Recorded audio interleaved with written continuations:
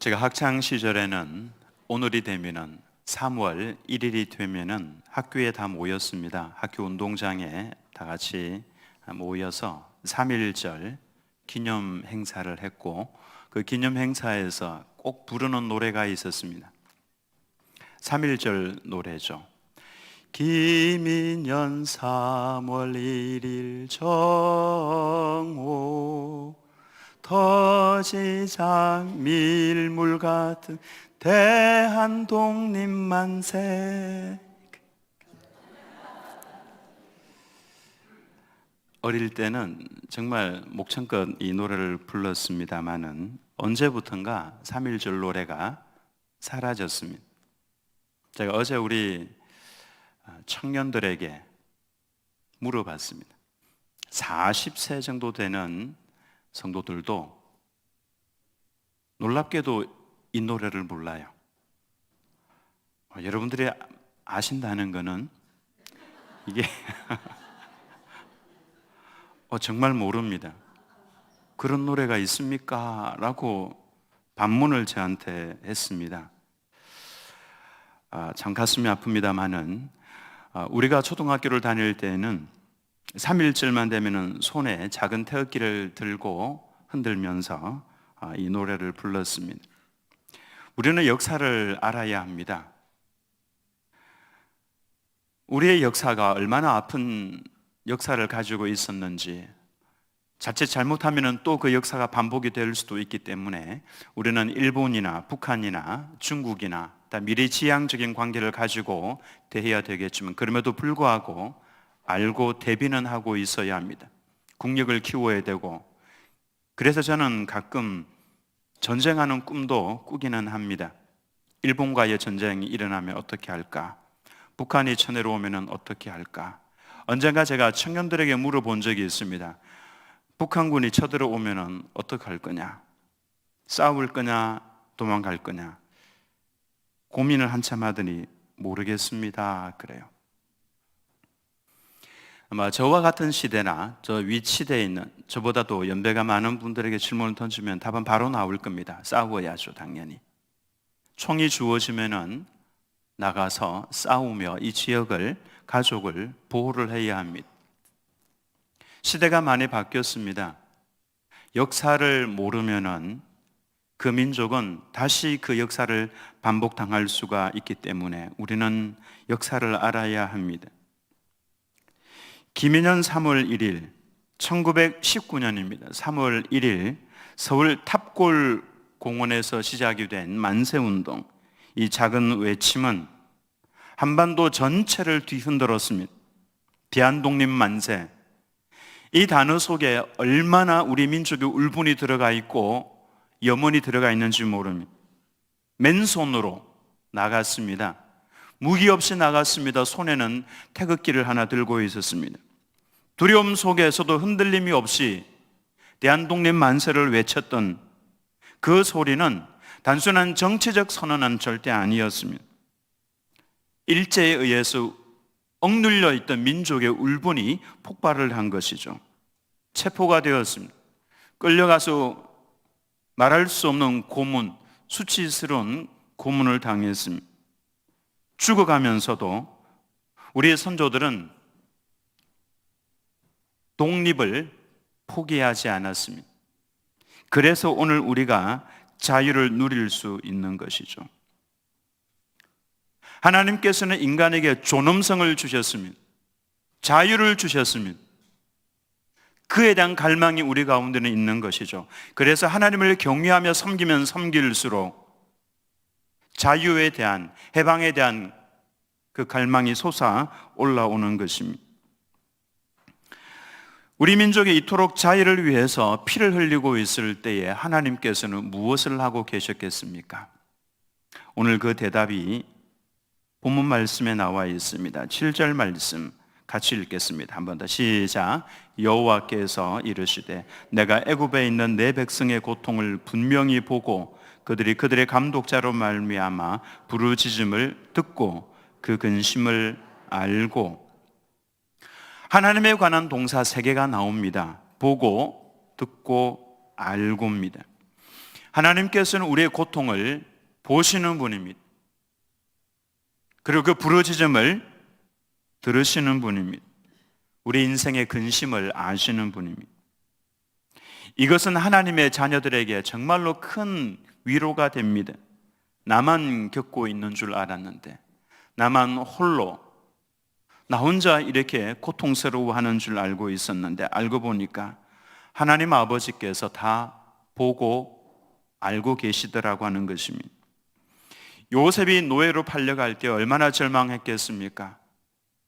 아버지 야곱 아래에서 채색 옷을 입고 왕자처럼 지냈었는데 형들이 죽이려고 하다가 이 요셉을 은 20개를 받고 노예로 팔아버렸을 때, 손이 묶여서 끌려 내려갈 때 그 마음의 애통함을 아무도 모르는 줄 알았는데 하나님께서 보고 계셨다라고 하는 것입니다. 그 마음의 부르짖음을 다 알고 계셨습니다.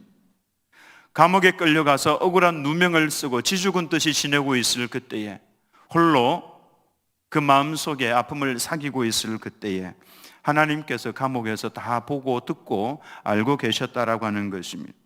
결국에는 그대로 두지 아니하시고 때가 되었을 때에 감옥에서 불러내셔서 애굽의 국무총리로 더 이상 올라갈 수 없을 정도로 높은 바로 그 자리에 요셉을 위치하게 하셨다라고 하는 것입니다.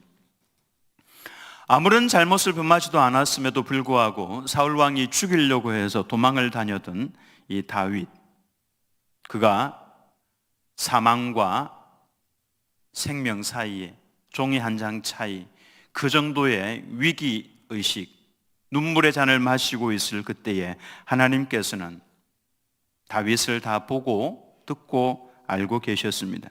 때가 되었을 때에 그를 이스라엘의 왕으로 세워주셨습니다. 히스기야 왕이 병에 걸려서 죽음을 눈앞에 두었을 때 하나님께서는 이사야 선지자를 보내어서 네가 죽을 거니까 모든 일을 다 정리하라. 이사야 선지자가 돌아갈 때 히스기야 왕은 벽을 향하여 무릎을 꿇었습니다. 가슴을 치면서 통곡하며 울었습니다. 하나님 살려주십시오. 하나님께서는 이사야 선지자를 바로 돌이켰습니다. 궁을 다 나가지 않은 상태에서 이사야 선지자를 돌이켜서 그에게 가서 하나님의 말씀을 들려주었습니다. 내가 너의 기도를 들었고 너의 눈물을 보았노라. 내가 너의 소원을 15년을 더해 주겠다. 그래서 15년을 더 살 수 있도록 살았습니다. 이처럼 하나님께서는 하나님의 백성들의 환경과 처지를 보시고 들으시는 분입니다. 이것이 그렇게 큰 위로가 됩니다. 이스라엘의 고통을 보고 그 부르짖음을 듣고 근심을 알고 계셨던 하나님께서는 때가 되었을 때 8절에 행동을 하시죠. 내려오십니다. 성도는 고통과 근심 가운데 있을 때에 낮추어야 합니다. 그리고 부르짖어야 합니다. 하나님께서는 그 소리를 들으시고 움직이시는 분이다라고 하는 것입니다. 이것이 영적인 원리입니다. 그래서 성도는 언제나 자신을 낮추어야 하고 부르짖어야 합니다.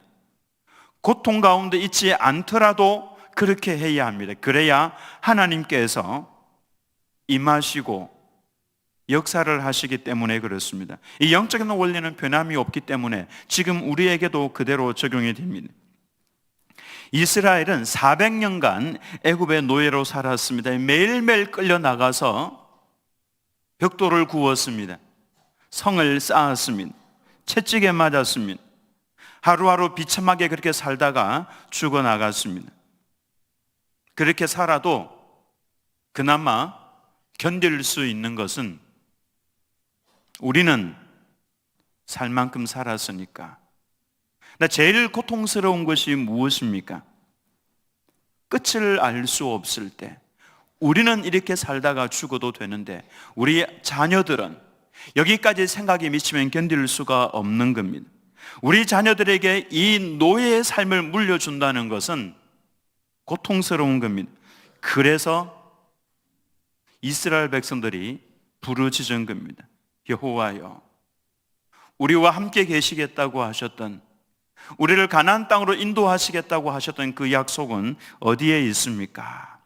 하나님의 백성들에게는 비빌 구석이 있습니다. 부를 수 있는 이름이 있죠. 낭떠러지 끝에 서서 떨어지기 직전이라도 부를 수 있는 이름이 있다는 것은 얼마나 감사한 일인지 모릅니다. 그 이름은 바로 아버지입니다. 하나님 아버지. 나를 창조하셔서 이 땅에 보내신 아버지. 그 아버지께서는 하나님의 자녀들의 고통, 부르짖는 소리를 분명히 보고 들으십니다. 고통 가운데 있는 우리 성도들이 있습니다. 질병으로 인해서 입원해 있는 성도들이 있습니다. 병이 오래되면 철저하게 내가 혼자인 것 같고, 다른 사람들은 다 건강하게 편안하게 잘 사는 것 같은데 왜 하필 나는 이래야 하는가? 그러나 염려하지 마시기 바랍니다. 우리에게는 부를 수 있는 이름이 있고, 무엇보다 여호와 하나님께서 다 알고 계십니다. 때를 기다리고 계시는 거죠. 그래서 우리는 그분의 이름을 불러야 합니다. 이런 찬송이 있죠. 하나님께로 더 가까이 갑니다. 고통 가운데 계신 주님, 변함없는 주님의 크신 사랑, 영원히 주님만을 섬기리. 기쁘고 즐거운 가운데 부른 찬송이 아닙니다. 고통 가운데 고백하는 찬송이다라고 하는 것입니다. 하나님께로 더 가까이 나갑니다. 언제? 고통 가운데. 근데 그 고통 가운데 주님께서 계신다라고 하는 것이죠. 이 고백이 변함없는 주님의 크신 사랑, 고통 가운데에서도 변함없는 하나님의 그 놀라운 사랑을 발견을 한 겁니다. 그래서 내가 영원히 주님만을 섬기겠습니다. 이것이 바로 우리 신앙인들의 모습이어야 합니다. 왜 주님은 고통 가운데 계신다라고 표현을 하고 있습니까? C.S. 루이스라고 하는 신학자가 이런 말을 했습니다. 고난은 하나님의 확성기다. 그의 책 고통의 문제라는 책에 보면은 이런 글이 있습니다. 하나님은 우리의 즐거움 속에서는 속삭이시지만 우리의 고통 속에서는 외치신다. 고통은 귀먹은 세상을 깨우는 하나님의 확성기다라고 표현했습니다. 여기에서 루이스는 고난에 대해서 단순한 벌이라든지 저주로 보지 않았습니다. 하나님의 강력한 음성을 들려주시는 통로라고 그렇게 보았습니다. 맞습니다. 평안할 때는 하나님의 음성을 놓치기 쉽습니다. 그러나 고난 속에서는 우리의 영혼이 굉장히 민감해집니다. 이 속에도, 이 사건 속에도 분명히 하나님의 의도가 들어가 있을 건데, 그래서 예민해지는 겁니다. 그래서 주의 이름을 부를 때 하나님의 음성을 크게 들을 수가 있는 겁니다. 마찬가지로 식민지의 어둠 속에서 울고 있었던 조선의 성도들, 그들은 하나님의 음성을 들을 준비가 되어 있었습니다. 또 하나님께서는 그들의 고통을 보고 계셨습니다. 1903년 원산에서 부흥운동이 일어나기 시작했습니다. 왜 내가 이렇게 사역을 하고 있음에도 불구하고 하나님의 일들이 일어나지 않을까? 왜 구원의 역사들이 일어나지 않을까? 자책하고 있던 하디 선교사의 가슴 속에 들려왔던 하나님의 음성이 있었습니다. 너 왜 조선인들을 무시하냐? 너 왜 조선인들을 무시하고 있느냐? 라고 하는 하나님의 음성이 들려왔습니다. 너는 왜 성령을 무시하고 네 능력 가지고 일을 하고 있느냐? 그래서 하디 선교사가 엎드려서 회개했습니다. 하나님, 제가 조선인들을 멸시했습니다. 나는 위에 있고 그들은 아래에 있다고 생각을 했습니다. 잘못했습니다. 성령을 무시하고 내가 가진 힘과 능력 가지고 일했던 것 회개합니다. 그가 그와 함께 있던 일꾼들과 함께 하나님 앞에 엎드려서 회개하기 시작했습니다. 그때 하나님의 능력이 임했습니다. 1903년도에 원산에서부터 부흥운동이 서서히 일어나기 시작하다가 그 부흥운동을 이어받아서 1907년 평양 장대현 교회에서 또 하나님의 음성을 들었던 인물들이 있습니다.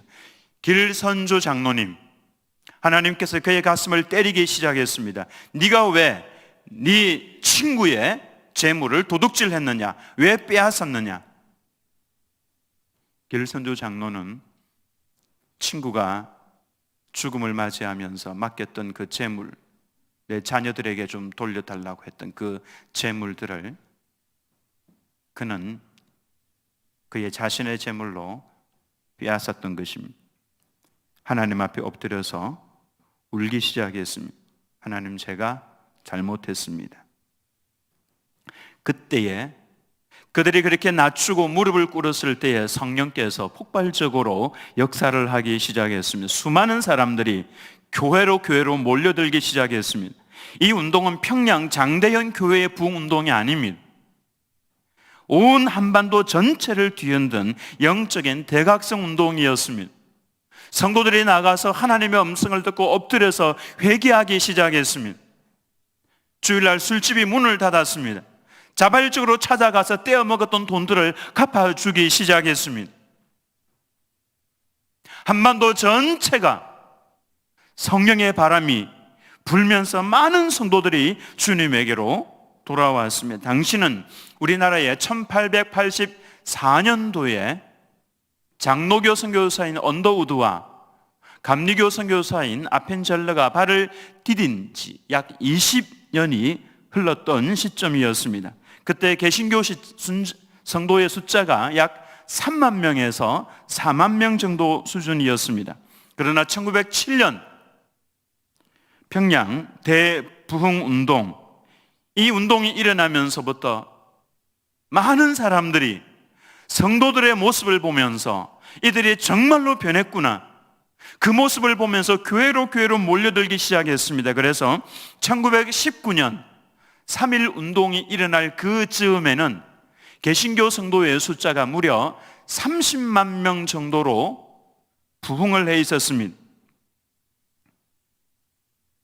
이렇게 된 배경에, 이렇게 부흥을 하게 된 배경에는 1907년도 우리 성도들이 갖추었던 좋은 전통이 있었습니다.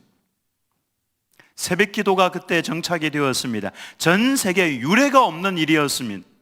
성도들이 새벽에 일찍 일어나서 하나님을 구하고 찾기 시작했습니다. 그리고 그때 확립이 되었던 기도법이 하나 있었습니다. 이것도 전 세계 어디를 가도 하지 않는, 우리나라만 하고 있는 기도법입니다. 주여 삼창을 외치고 통성으로 기도하는 문화가 이때 확립이 되었습니다.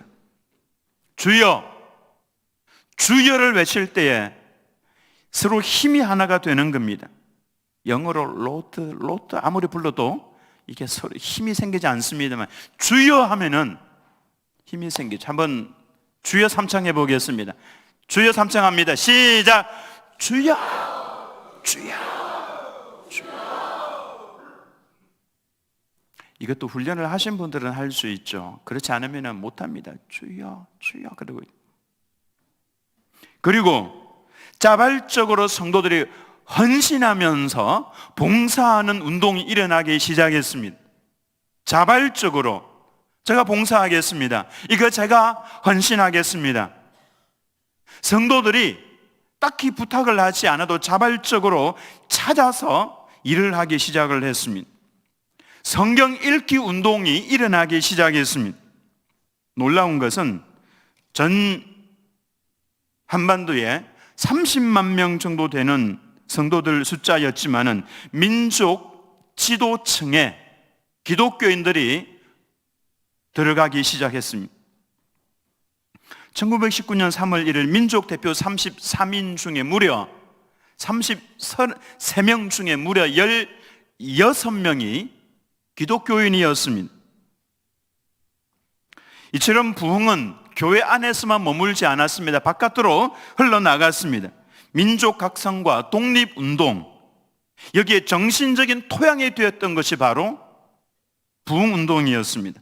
1907년 평양 대부흥운동의 그 열기가 1919년 3월 1일 만세운동의 정신적인 토양이 되었던 것입니다. 잘 아시는 유관순 누님, 유관순 할머니, 유관순 열사, 이분은 어린 시절부터 교회를 다녔습니다. 그러다가 선교사님들이 세웠던 이화학당, 지금의 이화여대의 전신입니다. 이화학당에 다니면서 하나님의 말씀을 배웠습니다. 3.1운동에 적극적으로 나설 수 있었던 배경에는 하나님의 말씀이 가슴 속에 있었기 때문에 그렇습니다. 우리는 존귀한 자들이고 우리는 하나님께서 주신 자유를 누려야 할 사람들이라고 기독교적인 세계관을 가지고 있었습니다. 서대문 형무소에 수감이 되어서 이 소녀가 모진 고문을 당했습니다. 그러면서도 끝까지 기도하면서 찬송을 하면서 함께 고문을 당하고 있던 동료들과 함께 찬송하며 기도하며 끝까지 견뎌냈습니다. 이와 같은 우리 선조들의 대항운동은 신앙에 근거한 것이었습니다. 독립선언서를 낭독했던 33인 중에 16명이 기독교인이었던 사실도 같은 맥락입니다. 우리 교회 초대 담임 목사이셨던 이만지 목사님도 대구 지역의 만세운동을 주도하셨습니다. 전국에 흩어져 있던 30만 명 되는 하나님의 자녀들은 새벽마다 모여서 주여 삼창하면서 이민족의 독립을 위해서 울부짖었습니다.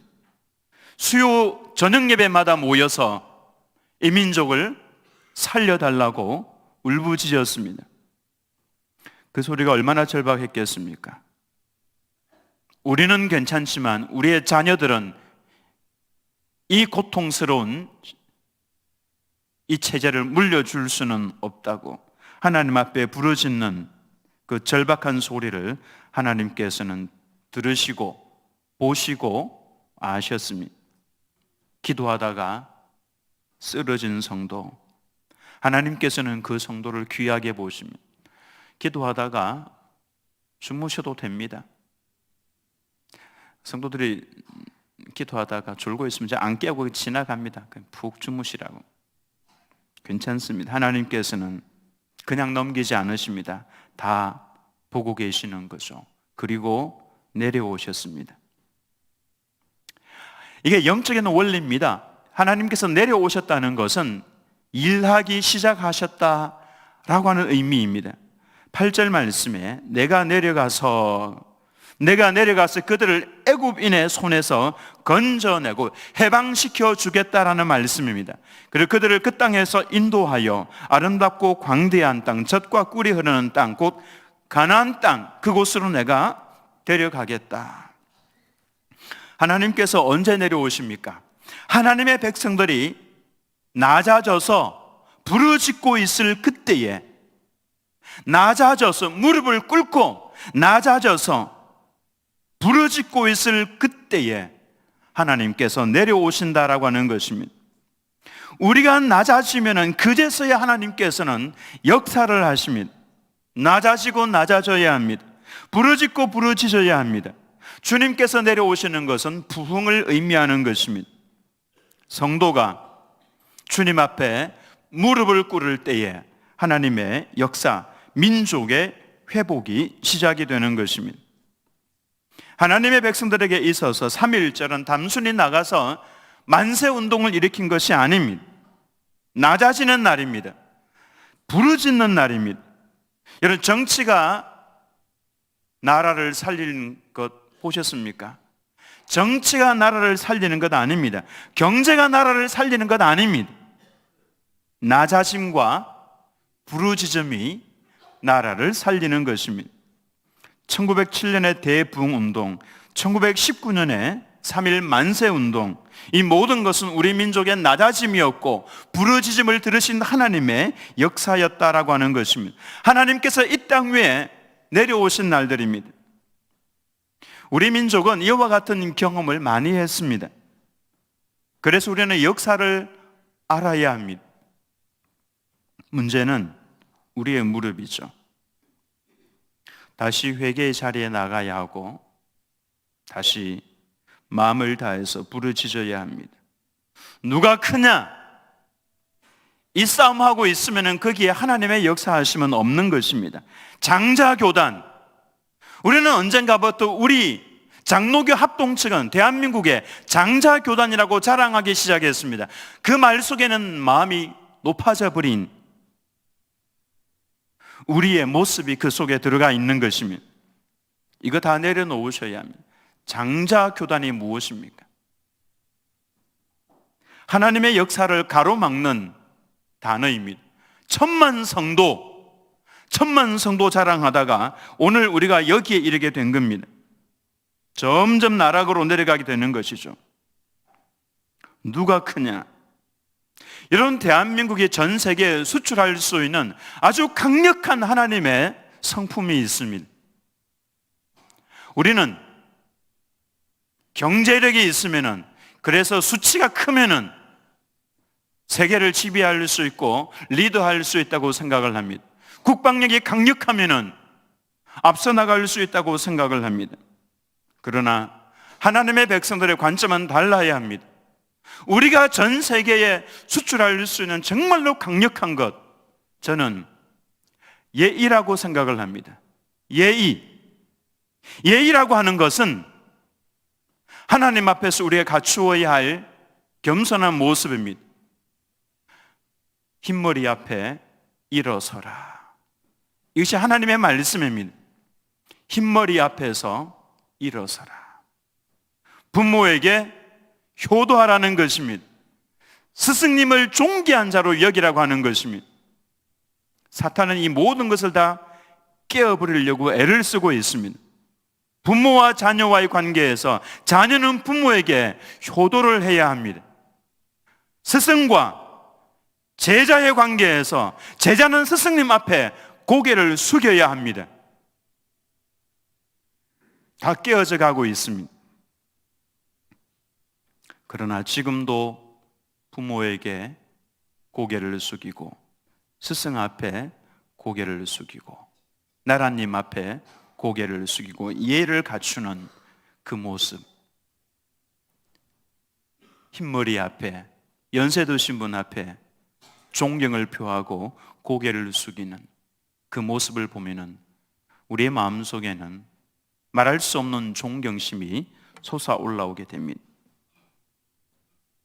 대한민국이 가지고 있는 가장 강점은 저는 이 예의라고 생각을 합니다. 이 예의를 잃어버리면은 아무리 돈이 많아도 아무리 국방력이 강해도 존경은 하지 않습니다. 그러나 예의를 갖출 때에 우리 민족은요, 이전부터 참 잘했습니다. 효심이 있었습니다. 다른 나라의 영향을 받아서 이걸 잃어버리는 것이 아니라 이걸 다른 나라로 수출을 해야 합니다. 정말로 강력한 것입니다. 우리나라는 땅덩어리는 작습니다. 그러나 전 세계를 감동시킬 수 있는 아주 강력한 도구를 가지고 있습니다. 전 세계가 존경할 수밖에 없도록 하는 강력한 도구가 있습니다. 예의입니다. 우리는 하나님 앞에 예의를 갖추어야 합니다. 주님 앞에 무릎을 꿇어야 하고 주님 앞에 울부짖어야 합니다. 이것이 가정을 살리는 방법이고 무엇보다 대한민국을 살리는 방법입니다. 전 세계에 복음을 전할 수 있는 방법입니다. 부모님에게 예의를 갖추시고 선생님에게 예의를 갖추시고 흰머리 앞에 연세 드신 분 앞에 예의를 갖추시기 바랍니다. 하나님께서 보시고 들으시고 역사하실 겁니다. 우리들은 그 모든 성도님들 이와 같이 하나님 앞에 예의를 갖추는, 사람들 앞에 예의를 갖추는 우리들은 그 모든 성도님들 다 되시기를 예수님의 이름으로 축원합니다.